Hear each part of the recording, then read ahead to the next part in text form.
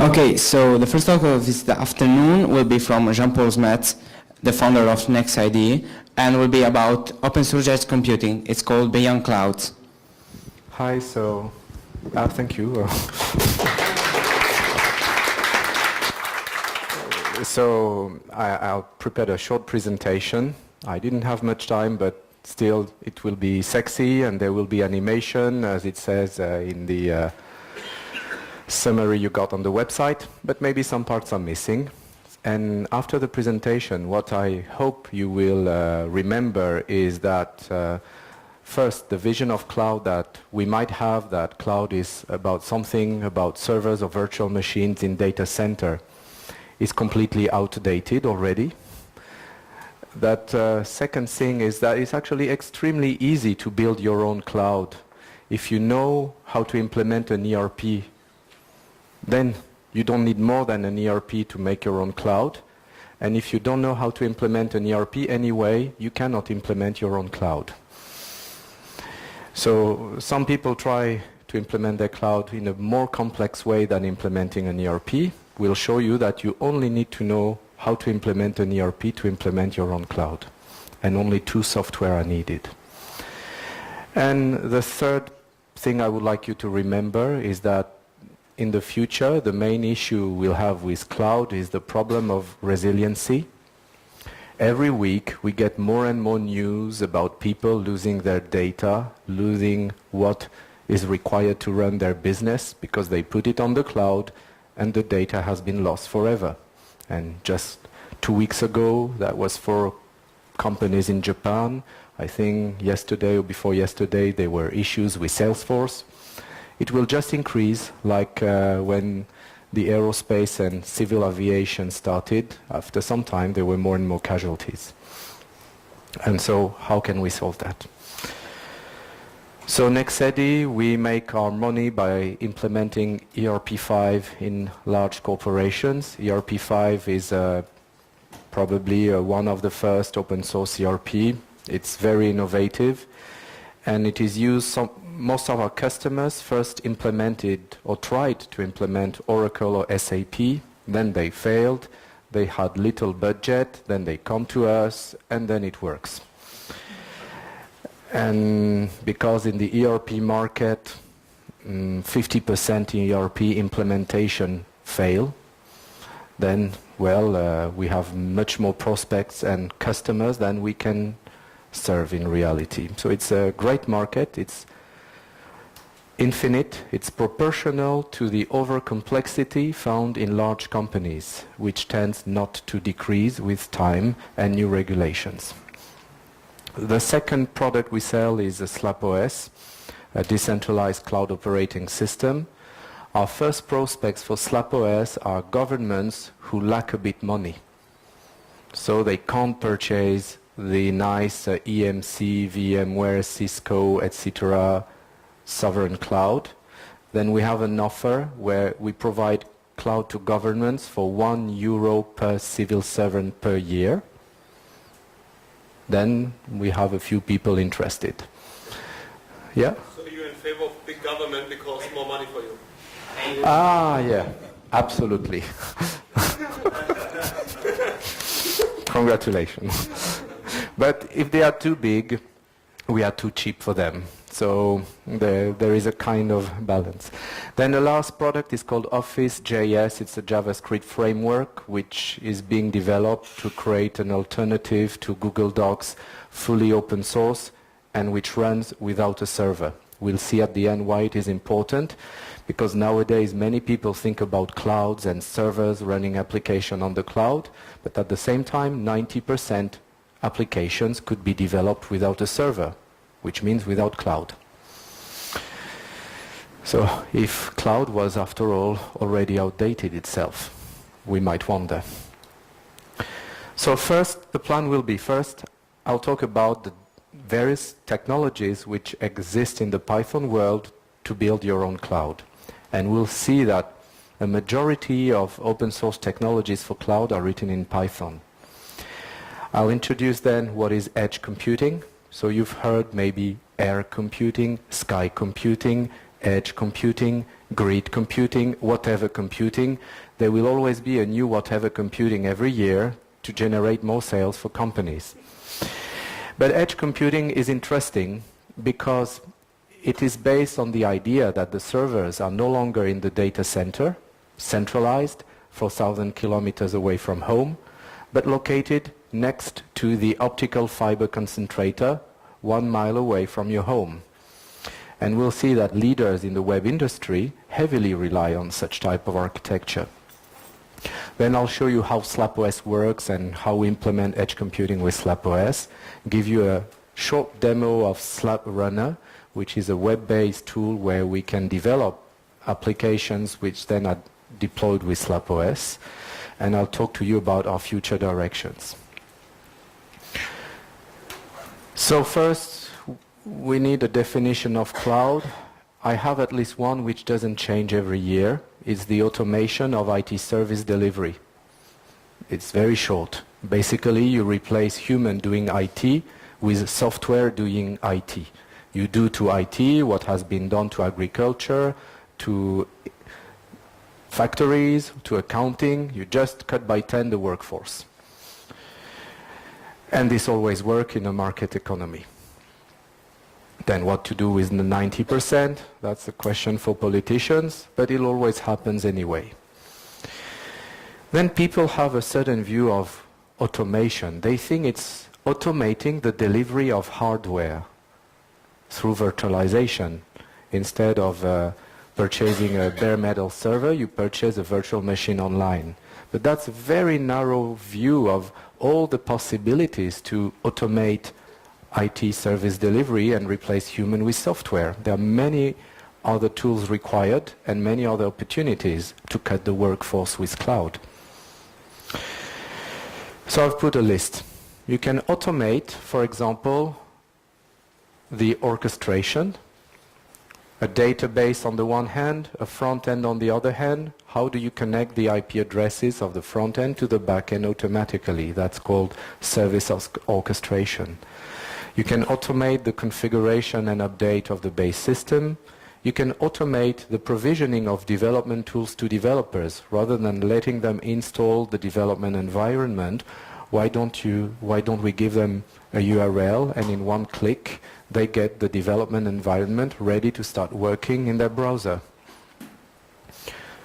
Then you can automate all the business process, the ordering of the service request, the accounting of the service usage, and the generation of the invoice.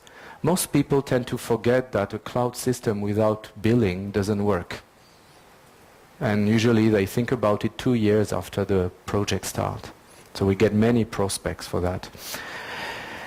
The allocation. Suppose you have too much hardware and your friend has too little. Why don't you share and give the overcapacity from one to the other who needs more capacity? Or why don't we move, for example, server usage from countries where it's summer and they use a lot of air cooling, and let's move them to a cold place during the summer so that we can optimize the environment.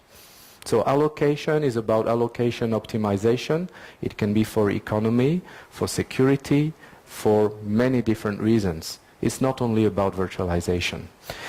Then consulting, that might sound strange, but we already have in Nexedy a tool which partly automates the work of human consultants to configure an ERP. So for simple problems, we are replacing human who used to ask questions to the small company with a software which tries to remember many cases in the past and generate a new one from the machine learning of the past.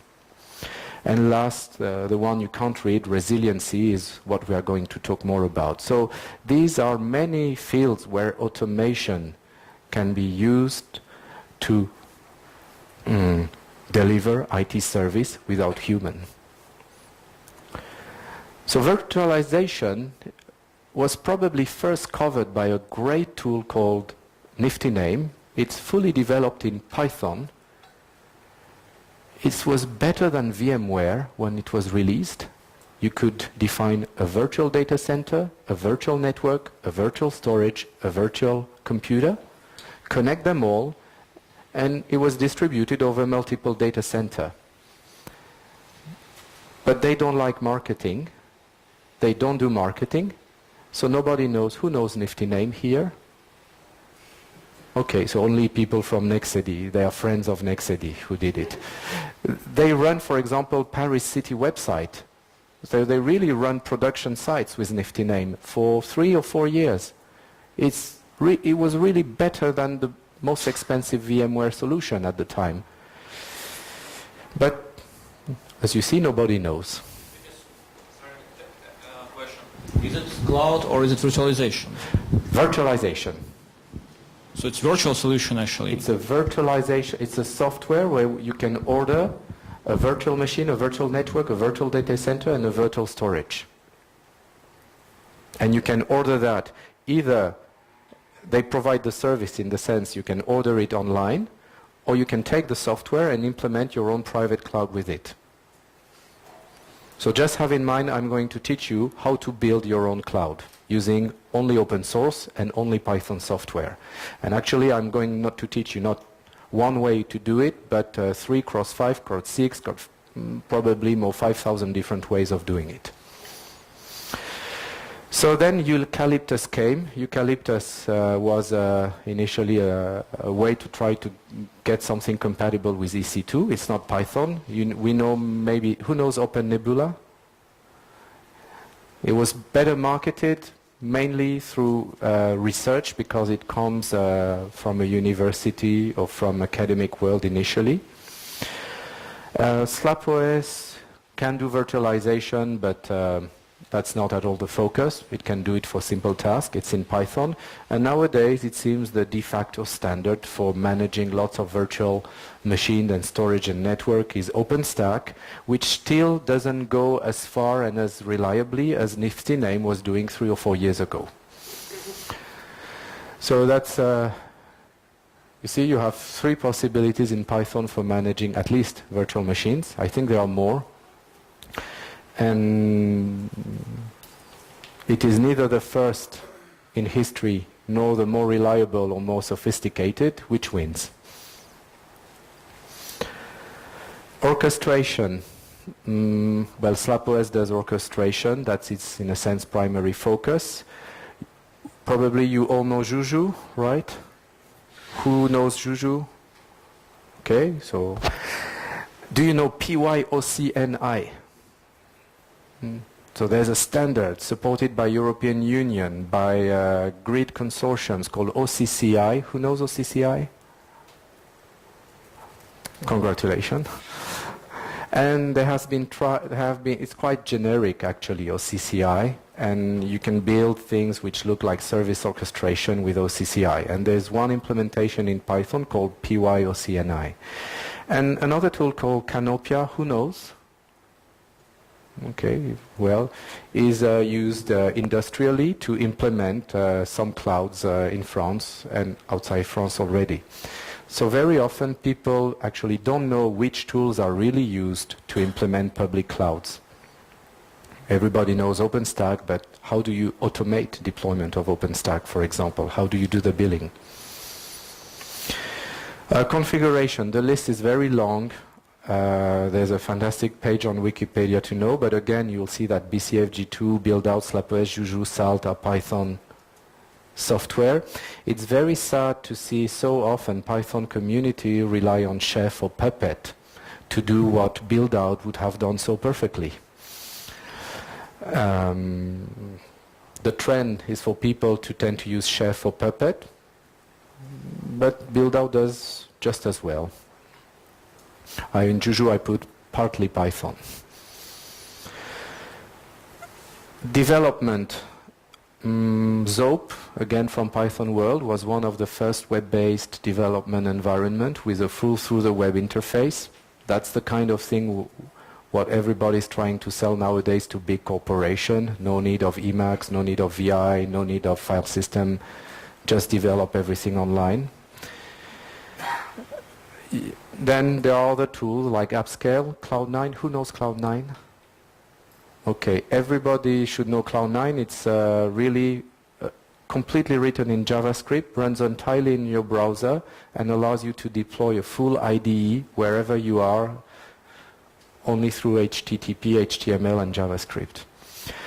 SlapOS WebRunner has also its kind of a web-based development environment which automates your work, and Canopia, which is actually quite serious software from, if you look industrially, has that and nobody knows. Billing.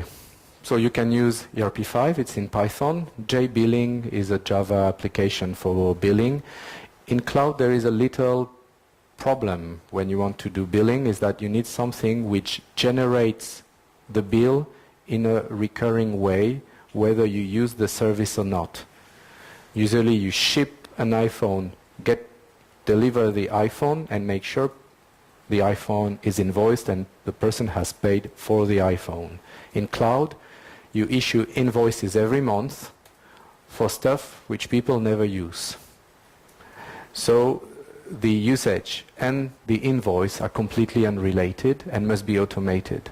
For example, if you forget an Amazon S3 storage, which costs 10 cents a month or 5 cents a month, it's sometimes more tiring to cancel the monthly payment than keeping it running for 1, 2, or 3 years. So a huge part of the money in cloud business actually comes from service which people request, pay, and never use. And probably OpenERP can do, I cannot tell you exactly. But again, you see actually 2 or 3 alternatives in Python. Allocation, that's something which people know much less. There's been a project called Sirocco some time ago in a university in France which automates optimization of allocation. If you don't have a good allocator or good optimizer, you can't run a big infrastructure. SlapOS has that, Canopia too. So again, one in Python. Canopia is in Perl. It was surprising. It's only 2 years old software, but they chose Perl to develop it. And consulting, well, I don't know any other, if you know, let me know. I don't know any other project to automate human consulting for ERP configuration through artificial intelligence. So if you know, let me know. And then I made this little table. A is a company I know.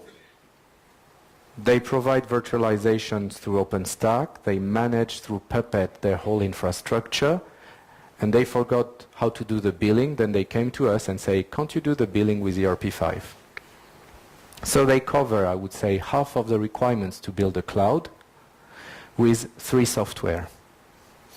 The second B wants to do a bit more. So they use OpenNebula for virtualization, Juju for orchestration, Canopia for configuration and allocation, Cloud9 for development, OpenERP for billing. So they cover 2/3, in a sense, of what you need to build your own cloud with 1, 2, 3, 4, 5 software. And so if you go the SlapOS way, you only need to know 2 software. Build out, which, who knows build out? Okay, a bit, but it's quite, well, in Python community it's getting well known, and EuroPy5, and that's all. And what you see, which is quite funny, is whatever you do, if you build a cloud, you'll need to do invoicing. Whether you use whatever you choose as a technology, if you can't do the invoicing, you can't run your cloud. And an ERP is something which is meant to take orders, allocate services, just like, for example, in transportation industry, you request an order to transport some goods from a place to another in a container. That's exactly the same as allocating a process in a computer. The computer plays like a role of the container, and the process you allocate is like the good you carry in a container in transportation industry.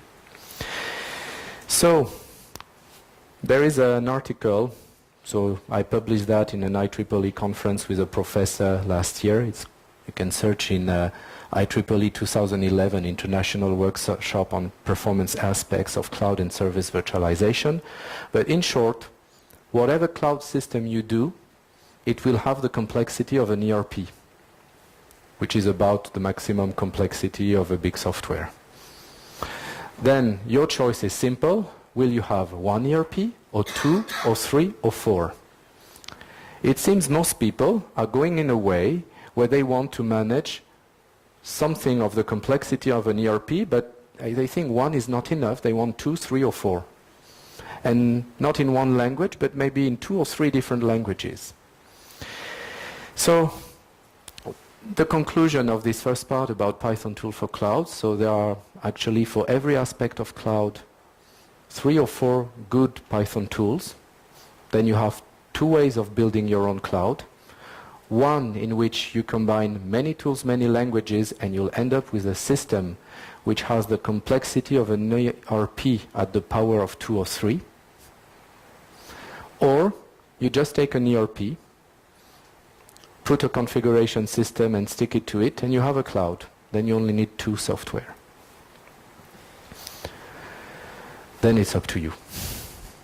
So, but just at the end, we'll compete at €1 per year and per civil servant with SlapOS, which was designed to compete at the lowest possible cost. So if you take any other solution, probably you'll be more expensive. Edge computing. You'll see the relation soon with this introduction. Who knows what is a CDN? Okay.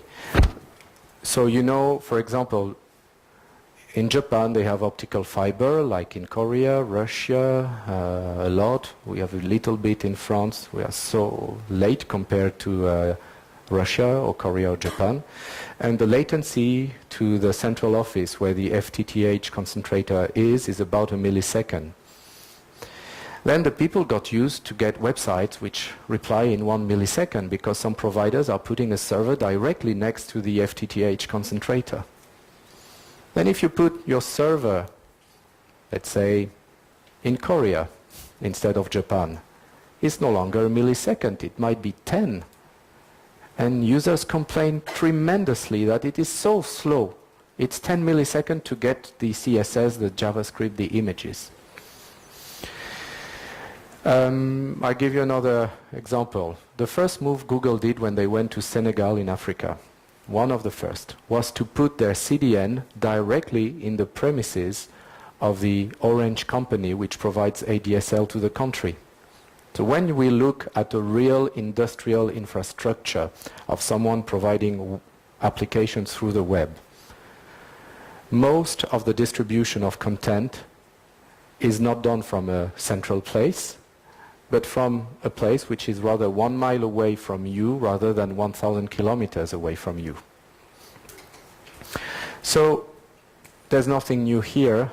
Akamai is more than 10 years old.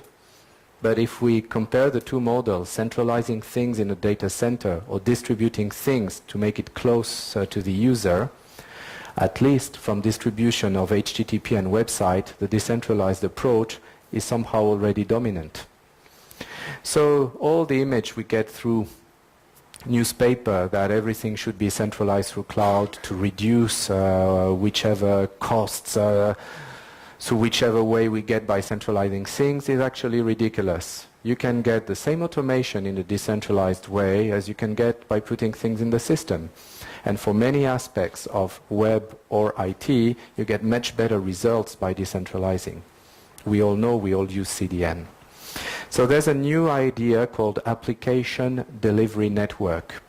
Rather than just providing, for example, the CSS or the JavaScript a mile away from you, why not, for example, start a little Flask application a mile away from you? Then get the Flask discussed with your browser with a 1 millisecond latency instead of 20 or 100 milliseconds. What are the tools nowadays to distribute applications this way? Because if this idea happens, if some people are interested in fast response, I'm sure companies are going actually to provide application delivery networks. So I must say that in all the projects funded by government, which we are lucky enough to participate to in France or in Europe, all the big companies nowadays are studying this idea of edge computing and how to distribute the application very close to the end user for whatever task. For example, image processing of satellite images. So now I hope you are convinced that the idea of centralizing in the same building all the servers is already an idea from the past. There's a second reason which makes people go towards decentralization, which is the risks of cloud. So the first ones are easy. Well, if a data center catches fire, everything is lost in that data center. It can be floods on the flood one was, I think, close to Washington. The earthquake is in Tokyo. Then when one of the data center breaks, there's a much worse risk than natural disaster, is a bug in the replication system which was designed to provide a solution to the natural disaster. So the 4 days of downtime of Amazon in 2011 were mostly caused by some unpredicted effect of the replication system after a failure of one data center. And we all know the number of bugs per 1,000 line of code is for the best 8 and more 15 and very often 30. So in all, I would say, centralized cloud system based on the idea of replication, one of the biggest risks is the risk of a bug in the replication system. It's the same for storage area network. I can tell you that all our EuroPy5 customers have already destroyed their accounting through their storage area network, either by typing a wrong command line or by doing synchronization in both ways at the same time on the same partition.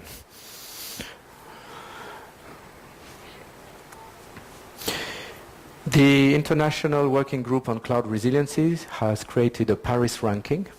So it's very simple. By the way, if you're interested in joining this group, you are welcome. It's quite open. We collected all the news about downtime of cloud. Then we computed in the last 4 or 5 years how many hours cloud providers have been down. So for example, 1 year Amazon has been down 4 days, but the next year was very good. So we computed an average. So the first value we got was 7 hours downtime per year per provider in average. This is 3.9 about. So we are very far away from 5.9. Then a company called Sedexis. It's a company which puts monitoring tools all over the clouds in the world and in your browser. And they tell you, hey guys, that's not true. It's much more. With our tool, we didn't measure 7 hours per year and per cloud, but 7 hours per month and per cloud provider. So the reality is this downtime value is actually unknown. You can compute different values in different way, which is really right. I couldn't tell you in a serious manner scientifically today, but you see 7 hours a year, 7 hours a month, could be something in between. And this is certainly unacceptable for governments or even, for example, for a travel agency, having, for example, Salesforce down during 3 hours when they are at the rush time at Christmas to provide, let's say, travels to their customers is unacceptable. So I see I have 16 minutes, right? Yeah, so I will accelerate. In short, the only way to survive the problems of lack of resiliency of cloud solutions is to have a decentralized system where you don't do replication, but you rather do historized backup and restore. So that if, for example, a system administrator calls the command erase everything, the historized backup will actually keep a previous copy before things were erased. Then you need, for example, multiple electricity suppliers, multiple network suppliers, and something called an election process. And that's where we have an interesting scientific background again. In 1996, there's a team with Chandra, Hatzilakos, Twegg, and Sharon. They proved in 1996 that there's no way to do a decentralized election system on a non-reliable network. So non-reliable network is the case of the internet. About 1% downloads fail, for example. Decentralized is what we need to get something resilient. But then for automated recovery, there's a need of an election system, and science shows it's impossible. So we know by science nowadays that building a resilient cloud is impossible. However, we don't know that from an economic point of view, what is the probability of the failure of the election algorithm. So that's one topic we work on. I show you this trend because more and more people are realizing that if they put a server at home on an optical fiber, the average downtime of, for example, French electricity company is 15 minutes per year. That's much, much less than 7 hours per year. The average return of solid-state disk by Intel, they have the best result these days. 1 out of 1,000 fails over a period of 3 years. That's less than the probability of a sysadmin typing the wrong command on a storage area network. So, but of course, if you have things at home, home is not fully safe. You can have robbery. So if it's in multiple homes, that will be even safer, especially if you don't know in which other home it is, because nobody can ask you where it is. Then you cannot even be blackmailed to be told where it is. So there's been a lot of work on these issues and SlapOS, and I can tell you that it is already being deployed nowadays by a large telecommunication company in the world to build a cloud computing environment which just works like the normal ones, but instead of having a big data center with all servers inside, servers are located in people's home, nobody knows where. And maybe someday one server fails, but there is an algorithm which always keeps a backup on another server and able to restore it. And the whole system is being tested every day. So let's see a bit how it works from a more practical point of view. So SlapOS, as I said, only two software, the master and the node. The master is made with the EuroPython because an order of an iPhone is not so different from an order of give me one MySQL database. So a service request or purchasing banana is the same. Then on the node side, we use build-out. That's old community software which can rebuild the configuration of whatever. We don't reinvent the wheel. We use supervisor-D. That's also old and solid software to start and stop processes in Python. And we just put a bit of glue around those two and EuroPython. That's called SlapGrid, about 1,000 lines of code. Done. We have a cloud system which is already decentralized. First version, development time, 2 months. Then writing test to be sure that it works, 1 year. Then how does it work? First, you install the master. So I will not explain that because to install a master, actually, you need to already have a master. The system is self-hosted, and a master is installed by another master. So we are going back to the origin of the world, so we pass this discussion. You will add nodes. So you go, for example, to My Servers. Do we have network? Ho. Always the network. So we have a 42% packet loss on the IPv6 connection, but it's okay. It seems we have. No, not this one, here. So you say new server. You put a name, for example, EP 2012, like this. If you have a Debian, you do apt-get SlapOS node. You ask him, Arnaud. Then it asks you a few questions. It will register your Debian Ubuntu machine like that. Then it will generate here certificates like this. which identify every computer uniquely. We copy this to a USB key with a default minimal Linux image. We plug this on the PC, start and finished. So all the SlapOS device which we are currently deploying in people's house connected to optical fiber with a big telco company are installed this way. And we use an 18-year-old guy who, I would say, who found a good job this way. So what can you add to it? You can add bare metal servers in a data center.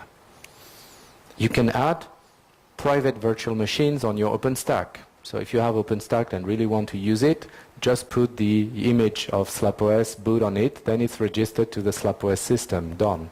Many of our customers, they really want VMware, although it makes their database somehow twice slower than it was before. They think it's the way because they've been brainwashed that virtualization is the only way. So we just give them a virtual image and we keep on doing. You can take any machine from Amazon, OVH, Gandhi, whoever, and register it to the master node. What's more funny is that you can reuse all the PC in your office because there is SlapOS for Windows too based on Cygwin. So you double click, install it, then all your Windows machine become nearly as nice as Linux. And after that, you can put it on a tablet. Oh, that's not a joke. It really works. I'll show you a WordPress running on SlapOS on a tablet with a $5 CPU from China called the Allwinner A10. And we run it also on mobile phones. So that means we have unified the cloud. Not as good as the Higgs boson, but nearly. And so that means any resource, whether it's on Android or mobile phone or tablet or data center or public cloud or private cloud, that becomes the same. And we can move any software, any process from any of these devices to any other. Because we are based on diversity. If somebody, let's imagine a nasty secret service puts a kind of, backdoor in a certain kernel of a certain distribution, because we use different Linux distribution, not only one, we have a chance that another distribution will keep on running. And because we are compatible with Windows, if it's on all Linux kernel that things have been attacked, then we have Windows and BSD. So we handle, by design, the diversity of computing power. And we don't force any use of any specific distribution. Else it's too risky. So you get your list of computers. That's for the question, but yes, you still have a central point of failure. Well, we are making a federation of masters with a bit like a federation of bank. It's the same idea. And then you can add a service, and you do like this. Add a service. Click, I want a new service. Then EP 2012 B. What kind of service do you want? A virtual machine, an IDE, a billing system, a database? Well, you see, whether it's for storage, virtual machine, or whatever, it's a service. Why do you want to handle a service of VM in a different way than a service of database? It's the same concept from a management point of view. So we'll add a wiki. Okay. Then next step is where you can contribute. For now it takes 5 minutes to find the place, allocate, boot, and start. So if you want to help us reduce it to 5 seconds. Maybe it takes 6 months work, but absolutely feasible by using HTTP long polling. So I confirm the service. I say okay, I accept to pay. Then after that, you can connect to the service. So you go to the list of services. You see that's the advantage of HTML presentation. You can embed a browser, a page in a page with a zoom, so you don't need to switch windows. So here I have one service which is a VM. Here I have a service which is an IDE. Then the service has its URL. I can click. Then I get into the service I just ordered. Then I give you a few examples of service. That's a virtual machine.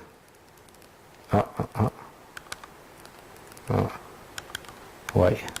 Okay, doesn't react, but it's by VMC. That's an ERP. Actually, that's the one of our company. And that's a WordPress running on the tablet PC. So if you want to see which tablet it runs on, it is this one. I asked him to show an example of the tablet. It's a €100 tablet with a 10-inch screen, 1 GB RAM, and ARM processor. So everything Chinese. It's the first time ARM CPU costs less per BOGO-MIPS than Intel. It's a big change. And so we have another system where we actually don't allocate a single WordPress, but we allocate many databases with a system which does pushing, pulling, and everybody's talking each other to be sure that the backup are running well. So now you will see why it can surpass human being.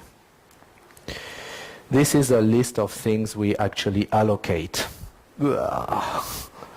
Because if you have 3 or 4 and you must pull and push and do all the backup in all possible ways, what used to be simple, one Apache, one MariaDB, and no backup because people do the backup afterwards. But now if you want to do things seriously, you have the front end, because the front end must be multiple potentially, and one MariaDB and a backup MariaDB 2 and a backup MariaDB 3. We have an algorithm where we say how many replica we want, then it will do the whole orchestration of backup and services to guarantee resiliency. Of course, no human being can handle that. But with SlapOS and build out and actually 100 lines of code, we can handle it completely automatically. So, how many? 4 minutes. For the demo, I wanted to show quickly. That's the IDE. Some people sometimes ask me, how do you add an application to SlapOS? How does it look like programming SlapOS? So here is some code. Well, you just type a build-out script online. You say where to download the source code. For example, Drupal 7.14 here. Okay? After you do that, you click Run. Then it will download, compile, build, and make a binary cache based on the architecture done. So if you know build out, you know SlapOS. Then you run your application. Okay. Then you can inspect what has been running, and you see it launches an Apache, a Crondy, a monitor, because also for every software we put in SlapOS, we also explain how it should be administered. 2 different applications might have different sysadmin policies. So you cannot actually split really sysadmin and applications. That's very close to the idea of DevOps. So we have the MariaDB, the monitor. We put tunnels so that we can secure IPv6 connection and make different processes connect through public networks which are not trustable. Then we inspect what has been deployed just by running the build-out.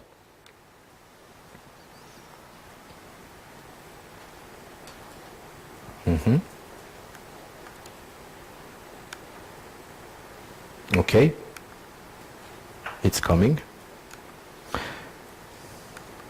So I can see here, sorry, they are empty. I don't know why.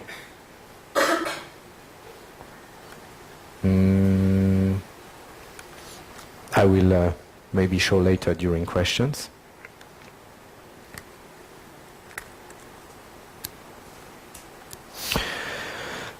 So, future directions. We have 2 missing things. First, we discovered that IPv6 doesn't work in reality. It was a big shock.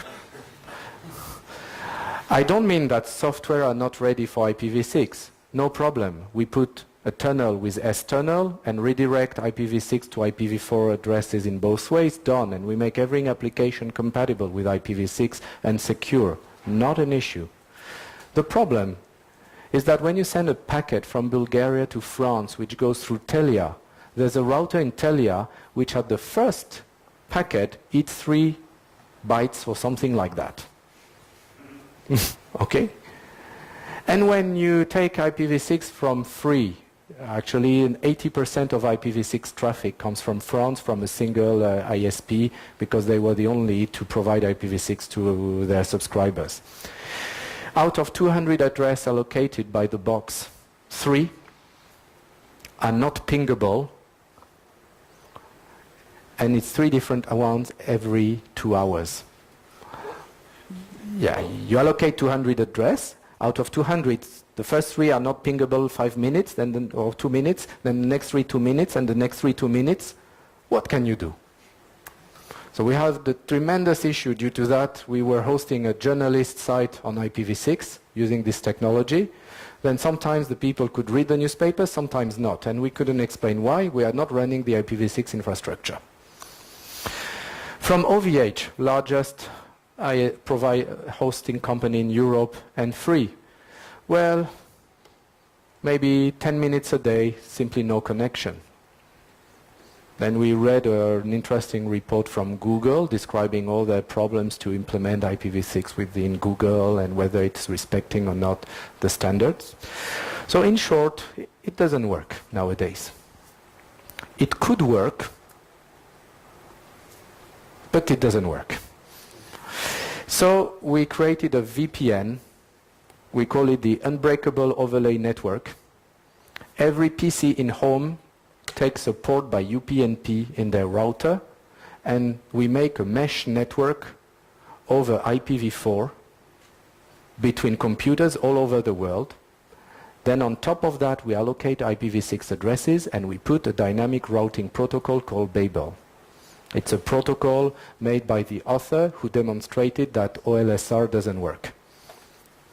But OLSR is the protocol used by French Army for connecting people on the field over a wireless mesh network. But it doesn't work, and Babel is something which does the same and works, but is used by nobody. So we tried it, it works. And this way we can make a network which nobody can break. And also, the IPv6 relies on the Linux kernel, no longer on routers which destroy packets. So we have a solution to make a reliable IPv6 network this way. That's the first direction. The second future direction is to recognize that servers are useless in 90% applications. And that the cloud model as such, in a sense, is meaningless. This is Office.js. It is only running in JavaScript. You can, for example, create a new text document, only JavaScript. It's a prototype for now. But we are not in a hurry to finish it. We really want to make it well rather than finish it quickly. And when you save, it has a kind of component system which will save a bit of the document encrypted on local storage, another bit on a remote WebDAV storage, another bit maybe on Dropbox. It can gather from the browser any available storage source. As long as you can find storage for free, with this model, you can do something which looks like cloud, because for normal user, whether it's running in JavaScript inside or on a backend server, nobody cares. It's like it's fake cloud, but for normal users it's the same. And then we can actually distribute cloud application without purchasing a single server. So look, those who do this way, they purchase 0 server. Google, they purchase a lot of servers. That's a fantastic economic advantage for the one who doesn't need to purchase the servers. Then how do we keep the private data in such way? That's why we run SlapOS on mobile phones. If at any time we can run a small WebDAV storage, an authentication system on our phones, then we don't need either Facebook or authentication systems which are centralized. So, this is important because it shows there is a hope for doing more free software and open source in the future. If we don't need servers to distribute applications to everyone, and if it is just as easy as that to put a very small application on your mobile phone, then open source developers can just write in JavaScript whatever is used by the end user. And this will be stored on the mobile phone, which they all already have, and there will be nobody in between, and it will cost nothing. So this is probably the real future.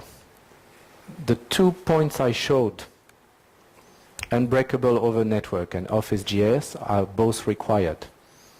Without IPv6 and global IP addresses which connect the phone to your browser, it's hard to make them talk without a third party. And without Office.js and a good framework, it will be difficult for people to develop such applications. So I think it's enough. The time is past. So time to questions.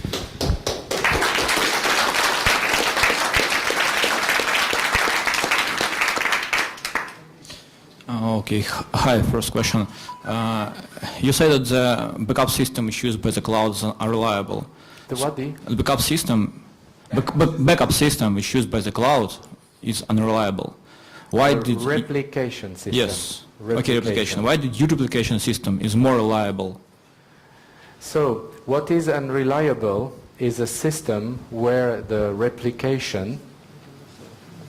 Okay, if you launch rsync with the not appropriate commands, and you erase files on A, and after you launch rsync they are erased on B, then this will make a very dangerous system for resiliency, because maybe someone is going to attack system A, delete some files, and after rsync is run they are deleted on the clone system. But if you put rdiff backup, which is similar to rsync, and if the replication is triggered not by system A but by another system, which pumps from A and pushes from B with the right set of users, then you don't have the risk that an attack on A will lead to an attack on the backup, and also because the backup is historized, you don't have the risk that deleting stuff on A will end up destroying the data on the replica. That's the only reason. Then if a replication system has all these features, it works. I mean, you say that if replication features tend to have an errors, software errors. Yes. Why did this system, which is much more complex, will have less than errors? Okay, so it is not only the errors of the replication system. Okay, one reason is the testing. If every day you rebuild the architecture from scratch, from the dump and through a restore from a dump of a database, and then you run a test to make sure that by restoring you get something which is valid in terms of operation, at least you have a real test anytime that the clone is able to take over from the destroyed master. So But it's the same thing is done by the cloud providers. are you sure? Okay. Actually, we developed one of the providers. Okay, then I give you another case, but this is the more interesting one. So I hope it's done, but finished? No, we have only 2 minutes left. If Okay. we want, you can see if there is any other question. Otherwise, you can discuss this later. Imagine 2 storage area networks synchronized with a real-time or synchronous synchronization. File system on A is destroyed due to a bug of the file system or corrupted.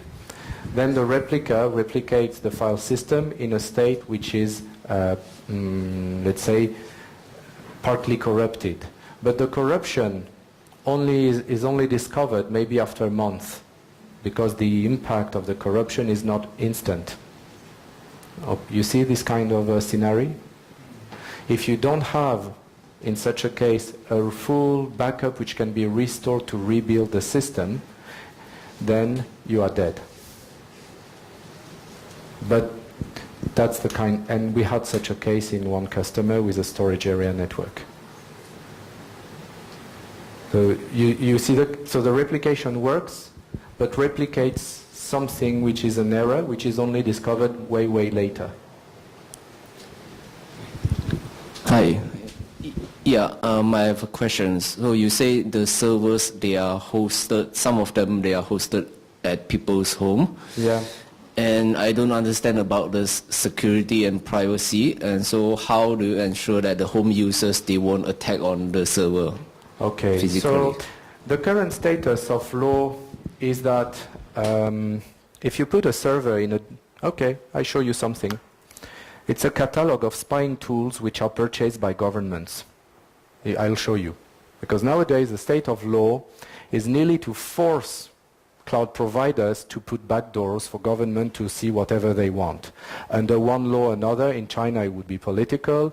In France it's rather infringement on trademark and copyright, which gives to the customs the right to spy you. In US you have the Patriot Act. So every country nowadays has some ways to massively spy, if they wish, the data in data centers, and secret services do go and meet large players. If everything is in homes and it's designed in a way you can't get in, for example, by generating a random root password at start and having no way to log in by SSH, then this is less risky. But the thing is, they have... Sorry, I have to stop this discussion and also that one, but we are running out of time. So if you want, you can discuss this outside, but we have to change the room, so, see you. Thank you.